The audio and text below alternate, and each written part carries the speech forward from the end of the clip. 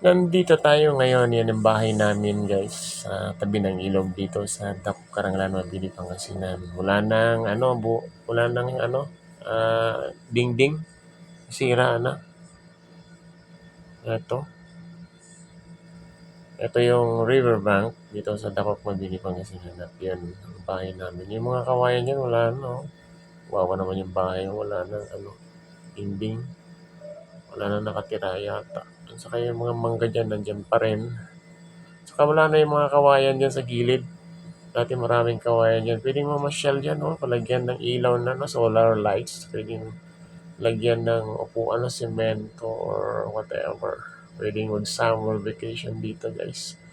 Ganda, no? Pero, hayaan mo siguro. At darating ang panahon, baka makabalik ako dyan. Mamasyal-masyal. Babayu!